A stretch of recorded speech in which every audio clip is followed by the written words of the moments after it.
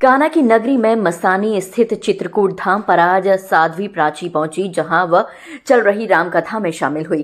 कार्यक्रम के बाद साध्वी प्राची मीडिया से मुखातिब हुई और संभल के मुद्दे पर प्रतिक्रिया देते हुए बोली कि संभल में जो कुछ हो रहा है वह सच दिखाई दे रहा है और जो होने वाला है वह भी जनता के सामने सच्चाई आ रही है। उन्होंने बिना किसी का नाम लिए हुए कहा कि जिन लोगों को नोबेल पुरस्कार लेना है वह ले ले, लेकिन याद कर लें कि लाखों लोगों ने कुर्बानी दी है राम मंदिर के लिए। वह राम मंदिर काफी जद्दोजहद के बाद मिला है। चित्रकूट धाम पर चल रही रामकथा में शामिल होने पहुंची साध्वी प्राची का आयोजकों ने दुपट्टा और भगवा शॉल पहनाकर स्वागत किया। रामायणी प्रचारिणी समिति की ओर से आयोजित रामकथा का उन्होंने श्रवण भी किया। मंगलवार देर शाम पहुंची साध्वी प्राची यहां करीब 1 घंटे तक रही। साध्वी प्राची ने संघ प्रमुख मोहन भागवत के बयान पर कहा कि बांग्लादेश में भी तो हिंदू मुस्लिम साथ रह रहे थे, क्या हुआ वहां?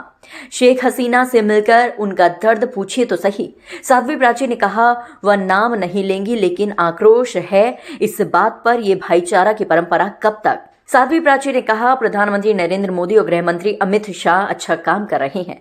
नरेंद्र मोदी और अमित शाह नहीं होते तो बांग्लादेश जैसे हालात भारत में होने से देर नहीं लगती। साध्वी प्राची ने श्री कृष्ण जन्मस्थान मुद्दे को लेकर कहा राम मंदिर हुआ हमारा है, अब श्री कृष्ण जन्मभूमि की बारी है। इस दौरान उन्होंने सनातन बोर्ड को बनाने को जरूरी बताया। मत दुख दो हिंदुओं को परोसने की जरूरत नहीं है, कश्मीर के हिंदू से पूछ लो। उन्होंने कहा जिन लोगों को इतना ऊंचा बैठाते हैं उनको सत्ता और पद पाने के बाद चाह क्या रह जाती है। संभल में जो कुछ भी हो रहा है वो सच दिखाई दे रहा है और जो होने वाला है वो भी जनता के सामने सच्चाई आनी चाहिए।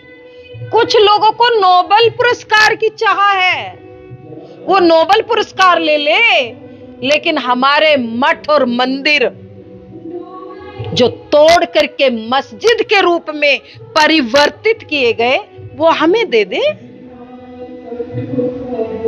हम कोई जबरदस्ती नहीं कर रहे भाई।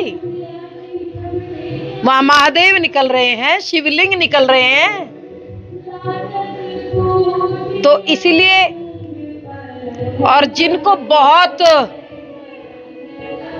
पुरस्कारों की चिंता है और परवाह है पुरस्कारों की, वो ले ले, हम मना नहीं कर रहे। लाखों लोगों ने कुर्बानियां दी है राम मंदिर के लिए मेरे भाई।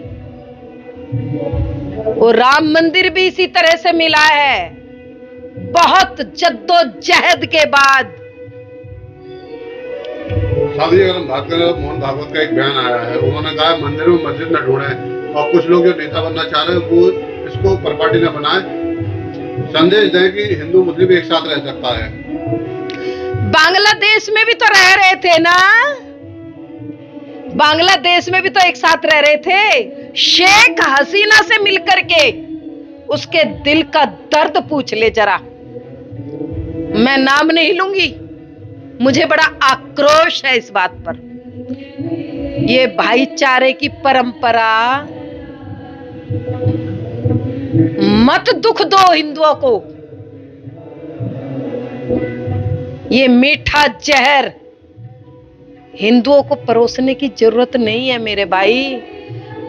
कश्मीर के हिंदू से पूछ लो, 5 लाख शरणार्थी जिन लोगों को हम इतना ऊंचा बिठाते हैं, आखिर वो सत्ता और पद पाने के बाद उनकी चाह क्या रह जाती है? बांग्लादेश के हिंदुओं से पूछ लो, वो भी भाईचारे के साथ रह रहे थे ना। अखिलेश यादव ने कहा है कि कलयुग की शुरुआत वहां से हुई है जहां भगवान कृष्ण ने अंतिम सांस ली, द्वारका से। विषय पर मैं कुछ नहीं कहूंगी, लेकिन हाँ इतना कहूंगी मोदी जी का जो कार्य है वो अच्छा काम है। मोदी जी, अमित शाह जी जो कर रहे हैं बहुत अच्छा काम कर रहे हैं। मोदी जी और अमित शाह जी ना होते तो बांग्लादेश वाले हालात हिंदुस्तान के अंदर भी होने में देर नहीं लगती। इसने कहा क्यों बंद कराना चाहते हैं? दाल में कुछ काला है ना। जो मंदिरों को तोड़ के मस्जिदें जो बनाई है, लाखों कार सेवकों का खून बहाया है, वो लोग आज इस खुदाई को रुकवाना चाहते हैं। इनकी आखिर मंशा क्या है? जन्म का मुद्दा भी चल रहा है, धर्म संसद में जो मुद्दा उठा था, कुंभ में भी मुद्दा उठेगा, सनातन बोर्ड की मांग हो रही है। राम मंदिर हमारा हुआ है, अब श्री कृष्ण जन्मभूमि की बारी है। सनातन बोर्ड बनना चाहिए, ये बहुत जरूरी है। और जो लोग विरोध कर रहे हैं, कल उनके घर वक्फ बोर्ड वाले भी आ रहे हैं, उसकी भी जरा चिंता कर लीजिए मेरे भाई। सभी देवीनंदन महाराज ने कहा है कि कुंभ में जो है जो भगवान कृष्ण को न माने, राम को न माने, शिव को नहीं माने, गंगा को न माने, ये मैंने कहा था सबसे पहले कि कुंभ के अंदर गैर धर्मावलंबियों की एंट्री बंद होनी चाहिए, क्योंकि वहां पर संत तपस्या करेंगे, साधना करेंगे, और उनकी साधना को भंग करने का काम कुछ धर्मावलंबी, दूसरे धर्मावलंबी लोग करेंगे, तो ये नहीं होना चाहिए।